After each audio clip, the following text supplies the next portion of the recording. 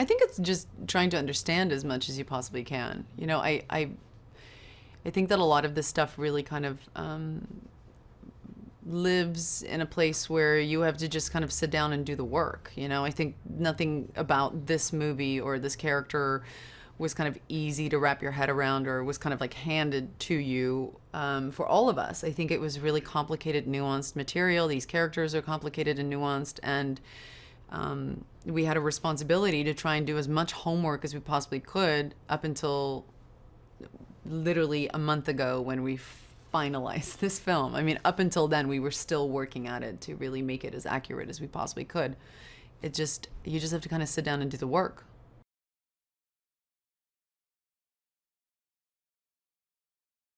So Kayla's a fictional character, but her experiences are an amalgamation of a number of women's experiences at Fox News.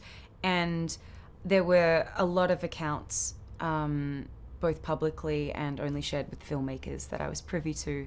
There was a lot I still had to understand about where she was coming from, how she was entering this institution with the level of trust and admiration that she was.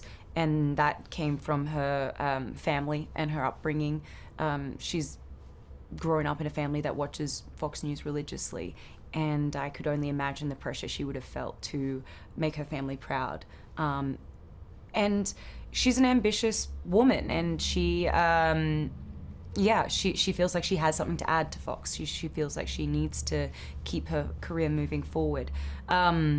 There were things that I understood about her immediately, and there were things I didn't understand about her. And it was interesting to talk to Charles and Jay, who both, interestingly enough, grew up in families that watch Fox News. There's a lot of families do in America. So there was a lot I could just understand through chats with them. There was a lot of research I did online, which is Twitter was a great tool, following conservative Republican millennial girls was a fascinating exercise. I started a fake Twitter account and just found a lot of great accounts to follow, and that was informative.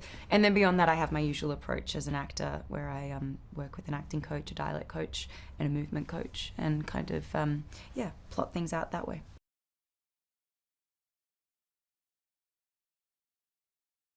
Yeah, I mean, the cast is pretty dreamy. I think we were really just consistently in it. There was actually a very short shoot, and our pre-production happened really fast, and so everything was quite fast and furious, and because of that, I think we were just in it all the time. And we were shooting, Jay was shooting 360, Barry Ackroyd, our DP, lit the set, and so there wasn't really setup time. There wasn't time to go hang in the trailers and whatever. It was like when you're on set, it was kind of like you don't stop until everyone wraps that day. And of course, on top of that, Charlize is obviously a producer on this, so running around doing a million different things and juggling this and making it all look seamless and elegant and amazing and powerful in every regard.